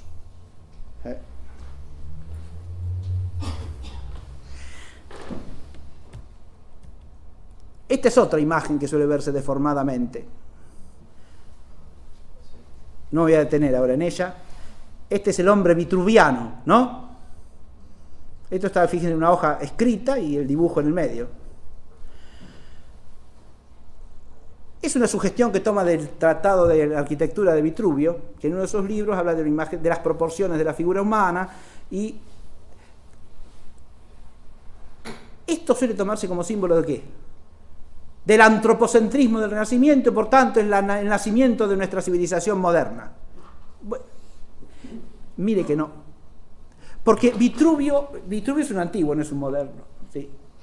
Y Vitruvio había sido copiado durante siglos en los monasterios de la cristiandad. Y así llega al siglo XV, si no los hombres del siglo XV, ¿de dónde saca las obras de Vitruvio? Pero, además, Vitruvio toma estas proporciones del hombre en relación con el tema del cosmos y el microcosmos. Pero en realidad, quienes más desarrollan esa cuestión, la imagen del hombre en relación con el cosmos y el microcosmos, son los autores cristianos. ¿Por qué? Porque en el hombre hay algo, para la visión cristiana, que no existe para un antiguo como Vitruvio. Y es que el hombre es imagen de Dios. No solo es microcosmos, porque en él se resume el cosmos, sino que además es imagen de Dios, aún en su figura corpórea también. Sí, señor. Eso es un descubrimiento del siglo de Leonardo. De nuevo, no, fíjense que no. Ahí puse el hombre vitruviano de Leonardo en relación con otras dos figuras, ambas del siglo XII. ¿Está claro? Son figuras tomadas de manuscritos alemanes del siglo XII. La del centro es muy conocida porque es una ilustración del Civias de Hildegarda de Bingen. ¿Sí? El tema de las tres figuras es el hombre como microcosmos, es decir, como síntesis del universo mundo físico, como temple perfecto de los cuatro elementos, como síntesis de la creación, ya dicho en cristiano. ¿Está claro o no? La contemplación del hombre implica olvidarse de Dios. No, eso sí, no pensamos en el hombre como imagen, precisamente ahí está el tema de la imagen, ¿ven? Pero el hombre es imagen de algo que lo trasciende. No existe para sí mismo. ¿Se ve? Pero esto no es atribuirle a Leonardo un pensamiento que no tiene. Bueno,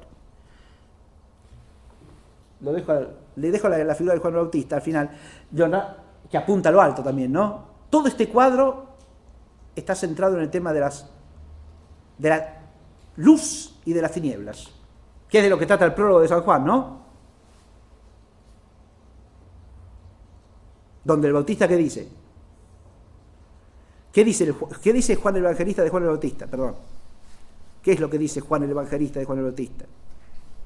Él no era la luz, sino el testigo de la luz. ¿No? Y la luz brilló en las tinieblas. Y las tinieblas, ahí la exégesis vacila en cuanto a cómo hay que traducir. No la sofocaron o no la recibieron. ¿Sí? Pero la idea de que los suyos no lo recibieron viene explícitamente después, ¿no? Acá el Bautista aparece, esta es una imagen del Bautista como testigo de la luz, ¿sí? Pero en clase posterior esto se va a comentar, así que yo me voy a detener aquí. Lo único que quiero hacer es leer algunos fragmentos de Leonardo y con eso termino. Vamos a oírlo hablar a él un poco. ¿Sí?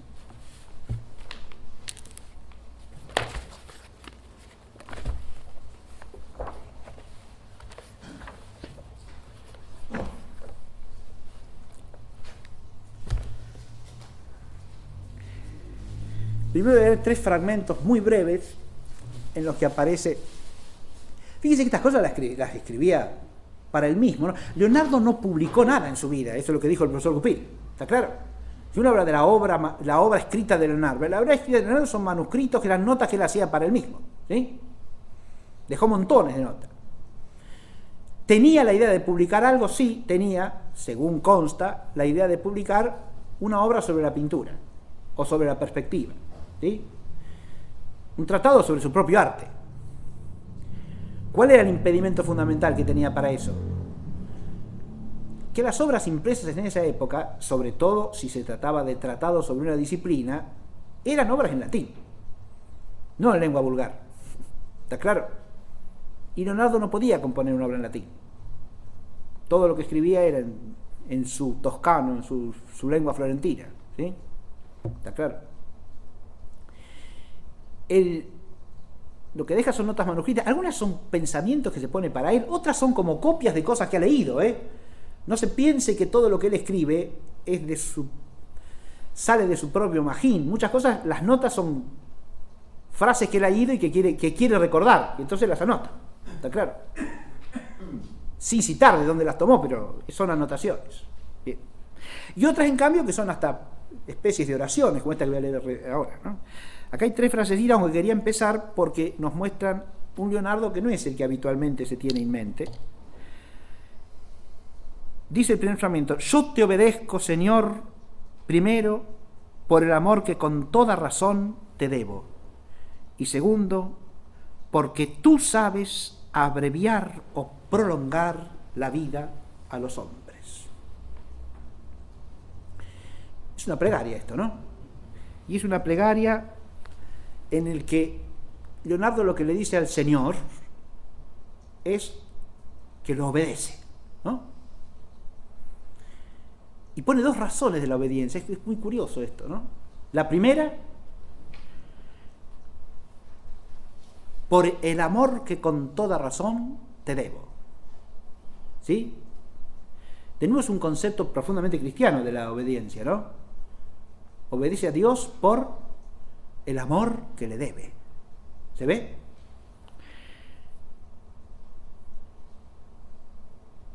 Pero lo segundo que dice es hasta enigmático, ¿no? Pero, segundo, porque tú sabes abreviar o prolongar la vida de los hombres. ¿Qué quiere decir con esto? Tú sabes abreviar o prolongar la vida de los hombres. Si uno quisiese entender en alguna medida esta afirmación de Leonardo, ¿a qué se está refiriendo acá? Precisamente a que la vida del hombre no está en su propia mano, ¿no? Sino que está en manos de Dios. Y que los días de la vida del hombre los conoce Dios.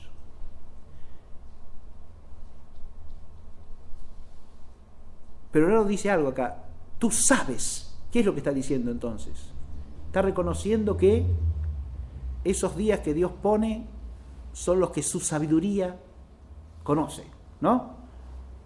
Tú sabes abreviar o prolongar la vida de los hombres. De modo que esa medida que Dios pone es una medida conforme a la sabiduría. Y eso lo pone, primero porque le debe amor, ¿sí? Pero ese Dios al que ama es un Dios de sabiduría, ¿o no? Bajo cuya providencia están las vidas de los hombres. Y todo eso hay que entender acá, porque si no la frase no tiene ningún sentido. ¿Está claro lo que digo? Bien.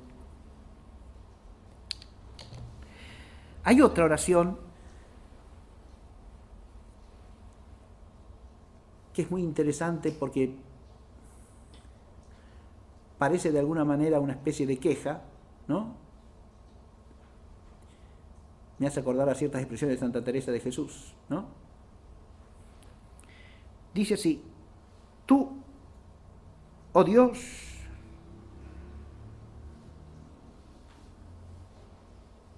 nos vendes todos los bienes a precio de fatiga. ¿Sí? Tú, oh Dios, nos vendes todos los bienes a precio de fatiga. ¿Sí? Santa Teresa dice cosas más duras, porque se acuerdan de aquella frase de Santa Teresa, ¿no? Si así tratas a sus amigos, es por eso que tienes tan poco, ¿sí? Pero acá Leonardo dice una cosa mucho más moderada. Leonardo es un hombre muy moderado en todo, en sus costumbres, en su modo de vivir. Tiene ese carácter que en Italia suele atribuirse a la gente toscana, ¿no? A la gente de la antigua tierra de los etruscos. Son severos, parcos, ¿no? Sobrios, moderados. En algunos la severidad se hace excesiva, y es el toscano cascarrabia, ¿sí? Como era Miguel Ángel, por ejemplo, Miguel Ángel Buonarroti era de ese tipo. En cambio, Leonardo era un hombre de carácter muy apacible, de trato agradabilísimo, sereno en todas sus acciones. Y eso se trasluce también en sus escritos, ¿no? Pero acá dice algo que es interesante. Tú, Dios, nos vendes todos los bienes a precio de fatiga. Pero eso que se puede empezar entendiendo como una queja es también una alabanza, ¿no? Leonardo tiene muchos fragmentos en los que dice que el tiempo de esta vida lo tenemos para usarlo bien, ¿no? Y tiene otra característica muy típica de su pueblo, que es la laboriosidad, ¿no? El profesor Lucas nos contaba el otro día que a veces había gente que se impacientaba con él porque daba una pincelada, ¿no? Con lo que cuentan de la última cena, daba una pincelada y después se volvía a su taller, y después volvía al día siguiente y trabajaba a su ritmo, digamos así. Pero eso quiere decir que no trabajaba, no. Trabajaba permanentemente, hasta de noche. Hay un fragmento al que aludió el profesor Lucas en la clase pasada, en el que él dice que cuando uno va a acostarse de noche, tiene que empezar a repasar las cuestiones de las imágenes que está realizando, porque ahí es donde la imagen se le aclara, etc. Está trabajando todo el tiempo el tipo, ¿sí? Ahora, que ese trabajo que es básicamente mental e interior, después se refleje en la obra con una pincelada en un día, en una jornada, eso puede ser, ¿no? En virtud de su minuciosidad, de su seriedad, de su obsesión por la perfección de la obra, eso también, ¿no? Que forma parte de su espíritu, de su mentalidad. Pero esto de que nos vendes los bienes a precio de fatiga es un reconocimiento de que el hombre en este mundo está llamado a trabajar con fatiga, ¿no? Es así. Y que la vida del hombre en este mundo es eso. Pero con eso alcanzamos bienes, ¿eh? ¿Está claro? La vida no es una fatiga inútil. Todos los bienes nos los vendes a precio de fatiga.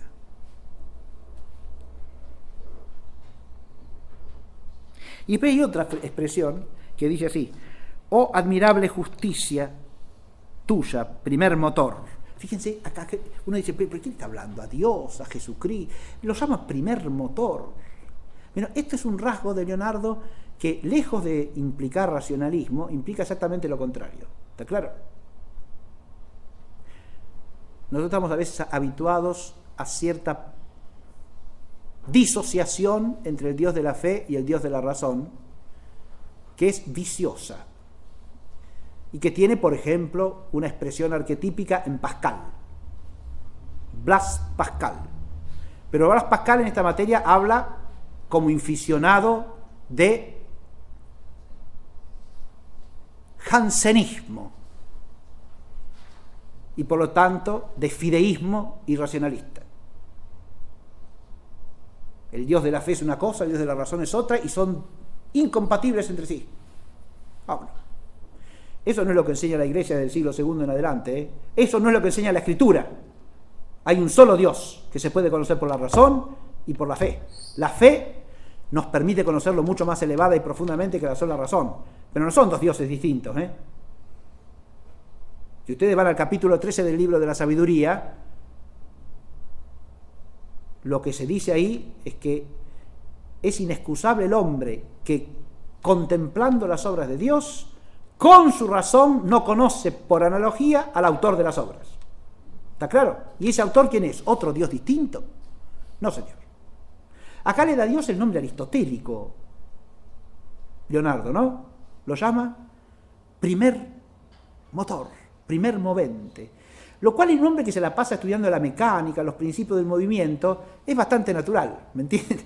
Porque el que llame a Dios el primer movente es reconocer que todo ese estudio que él hace de los mecanismos de los cuerpos, las máquinas, todo eso que piensa, implica unas leyes que vienen ¿de quién? De Dios. Pero no solo eso, sino que si todo se mueve y todo actúa, es porque hay un primer movente que es Dios. Y sin él no habría movimiento alguno. ¿Está claro? O sea, Leonardo no piensa en la naturaleza separada de Dios. Esto es lo que hay que ver, esto es lo que quiero decir, nada más. Ya con que nos quede esta idea hoy, suficiente. ¿Sí? Nunca piensa en la naturaleza separada de su creador. Y nunca piensa en su arte y en las imágenes que produce como imágenes sin sentido o como imágenes que meramente buscan un sentido que no se puede alcanzar o que son una lucha con el infinito, como dice Paul Valéry, cuyos secretos no son conocibles. Todo eso es entrar en una especie de agnosticismo totalmente ajeno al espíritu de Leonardo. Leonardo es un hombre que ha recibido la fe del bautismo y que pacíficamente la profesa toda su vida. No digamos que no es un teólogo, nunca, no reflexiona sobre los misterios de la fe especialmente. Pero participa de una sociedad que es cristiana y es un hombre que tiene la fe común del pueblo, digamos así. ¿Está claro? Una fe sólida, una fe que a su vez le permite hacer algunas críticas, también son propias de la época, del reformismo eclesiástico de la época, ¿no? A ciertos frailes o a ciertas costumbres. Sí, todo eso se encuentra en sus escritos, pero no es en un sentido anticristiano, sino todo lo contrario. Como por ejemplo, Leonardo tiene dentro de los manuscritos hay toda una colección de lo que llama él profecías. Cuando Jasper cita las profecías de Leonardo, parece que entendiese las profecías sin darse cuenta ni siquiera de cuál es el género literario de las profecías. Las profecías de Leonardo son, nosotros las llamaríamos humoradas, chistes, ¿está claro? Adivinanzas, esos son, ¿sí?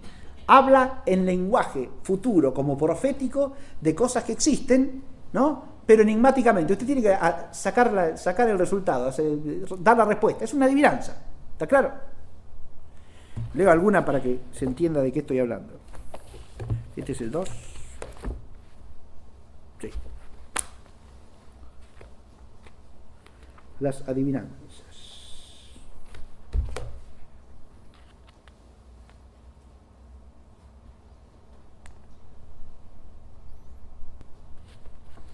Los animales volátiles sostendrán a los hombres con sus propias plumas.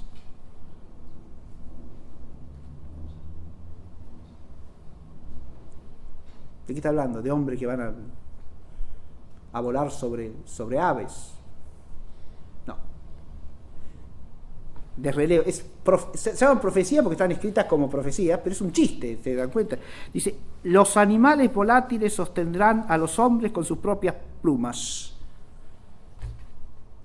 Respuesta de la adivinanza.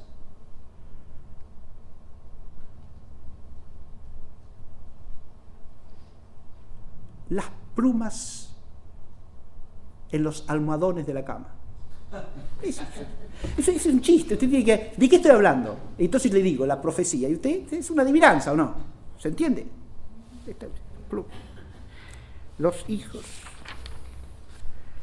Hay una de estas que ahora no la voy a buscar, pero me quedó grabada porque me resultó graciosa. Los hombres correrán tras pieles de animales y se enfervorizarán y gritarán por ellas. Respuesta, el juego de pelota. ¿Está claro? Sí. El calcio, que los italianos ya jugaban, el calcio, jugaban a la pelota. Entonces, por supuesto, el balón estaba hecho con pieles de animales, ¿no? Con cuero. Entonces, los hombres correrán tras pieles de animales y se enfervorizarán y gritarán por ellas. Y la respuesta es el juego de pelota. Bien. Jasper, que era un hombre muy inteligente, cuando comenta estas cosas, las comenta como si fuesen profecías en serio, ¿me entiende? Tiene tal despiste que ni siquiera se da cuenta de lo que se trata. Se advierte lo que digo, ¿no? Por eso yo empecé con el tema de la imagen, porque usted, Leonardo, que es un profeta que habla del futuro, o que pretende hacer profecía, quién sabe por qué esoterismo, nada de nada, hace adivinanza el hombre, ¿sí? Para el pasatiempo, bien. Pero termino volviendo a la luz, ¿no? La luz es el tema que centra todo el pensamiento de Leonardo, de alguna manera. ¿Por qué? Porque vincula su trasfondo religioso con su preocupación por el arte de la pintura, que son los dos extremos, digamos así, de la personalidad de Leonardo, y en medio está todo lo que estudia. Porque ¿qué estudia? La perspectiva, la óptica, la anatomía, los vegetales, los animales, pero ¿qué? Como botánico, como zoólogo, como anatomista, como naturalista, no es nada de eso. Lo estudia ¿por qué? Porque tiene que representar eso. ¿Está claro? Representar, ese es un concepto clave para el concepto de imagen de Leonardo. Las imágenes que produce el pintor no son imágenes, creaciones de primer orden, son creaciones de segundo orden. El pintor tiene que conocer lo que es la realidad, cómo está hecha por Dios, ¿sí? Cómo la naturaleza rige las cosas del mundo. ¿Está claro? Recibir eso en su ojo y después a través de su ojo y de su mano reproducirlo. ¿Está claro? Es un hacedor de segundo orden. Tiene que recrear lo que ha sido creado. Pero por eso primero tiene que conocerlo. Ahí está toda la teoría del conocimiento de Leonardo. Tengo que partir de la experiencia del mundo real. Tengo que conocer principios de ese mundo con la inteligencia. Y conociendo esos principios puedo saber cómo está estructurada esa naturaleza que yo estoy llamado a reproducir. Pero esa reproducción es una reproducción mecánica, especular. No. La mecánica en Leonardo es importantísima porque él se formó en un taller donde se estudiaba pintura, escultura, arquitectura y las artes mecánicas al servicio de todo eso. Si usted se pasaba, como pasó Leonardo, unos cuantos años en el taller del Verrocchio, ¿aprendía artes mecánicas o no? Forzosamente, sin duda alguna. Era parte del aprendizaje. Usted tenía que saber construir ciertas maquinarias que se usaban en la arquitectura. Tenía que saber de poleas, tenía que saber de mecanismos para ascender o descender pesos, ¿no? Tenía que saber cómo, por ejemplo, hacer marcas sobre una piedra, ¿no? Por dónde había que cortarla, ¿está claro? Todas cosas, artes mecánicas, como se llama, ¿sí? La mecánica es parte de su formación en el taller de Verrocchio y es parte de una larga tradición, que es la tradición de las corporaciones que forman con un maestro a la cabeza a los oficiales y a los futuros maestros, ¿está claro? Y a los aprendices de todo oficio. Esto es lo que hay que entender. Pero esas corporaciones están desligadas de la cultura general, viven de ellas, se ordenan a ella, ¿no? Por eso dije, todo lo que Leonardo estudia es en torno a este centro que es el arte de la pintura, y el arte de la pintura lo entiende él como un conocimiento del mundo, eso sí. Él quiere darle al arte de la pintura una dignidad que no se le ha reconocido en otros tiempos, insertarla en el esquema de las artes liberales. Todo esto también tiene fuente ya del siglo XII, por lo menos, ¿no? Recordemos el Didascalion de Hugo de San Víctor, que le da una posición muy noble a las artes mecánicas como saberes que deben ser aprendidos. Pero Leonardo enfatiza esto siguiendo una tradición florentina específicamente que inicia sobre todo Leon Battista Alberti, con su tratado sobre la arquitectura, su tratado de la pintura y su ensayo sobre la escultura. Bueno, la luz, dije, es el centro, pero una luz que debe ser recogida por el ojo humano, recreada por el arte del pintor, pero en última instancia, ¿para qué? No para la exaltación del hombre, ni para que nos quedemos con la belleza de la pintura, sino como una imagen de aquello que trasciende al hombre. Y entonces la pintura se convierte en verdadera contemplación. Más que ser un arte utilitaria, es un arte de la contemplación de la realidad que nos permite vislumbrar en la imagen aquel que es la fuente de toda imagen. Muchas gracias. Hasta la próxima.